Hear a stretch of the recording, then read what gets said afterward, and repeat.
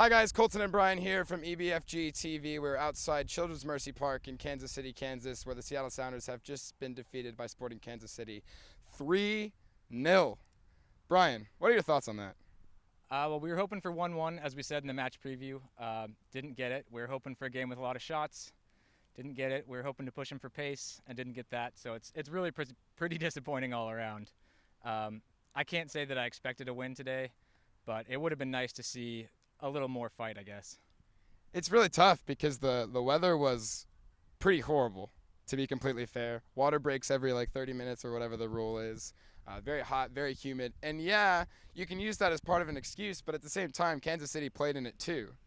So it's kind of hard to say that the weather is the reason we lost. They did, but you could tell they were a lot more used to it. Our guys were visibly struggling even in the first half. And as the second half went on, you could just see kind of the fight went out of them. And it's hard to blame them. The fight was going out of me a little bit too. I was struggling to not pass out there for a little bit. What needs to be fixed? What needs to change in order for this team to get back to just playoff level at this point, where it seems like we've been losing a lot lately? I'm not really sure, to be honest. I guess that's why I'm not in charge of things. But as I said in the match preview, I'd love to see a formation change. I don't think we'll see it. I'll leave my thoughts on the coaching out of this for now. But it would be nice to see them at least tinker around some different things. Obviously, what we're doing right now is not working very well. And so I'd like to see us, whether it be a formation change or starting some guys maybe who don't normally get starting minutes, just change something up, see what happens. Because at this point, what do we have to lose? There's a lot of talk on Twitter, a lot of talk on Facebook, a lot of talk on the internet about Ziggy in, Ziggy out. At this point, we've lost now, I think, 2 games in 2 weeks, not including the Open Cup. Mm-hmm. Do you go ahead and let him go, or do you let him stay? What do you do at this point? Is it too late? I think it's probably too late to save the season. I'd like to believe that it's not. Obviously, as a supporter, you never want to give up hope. I personally would like to see a change there. I don't know if it'll happen. I think they'll wait to the end of the season either way. But yeah, if it was up to me, I'd like to get a new guy in sooner rather than later.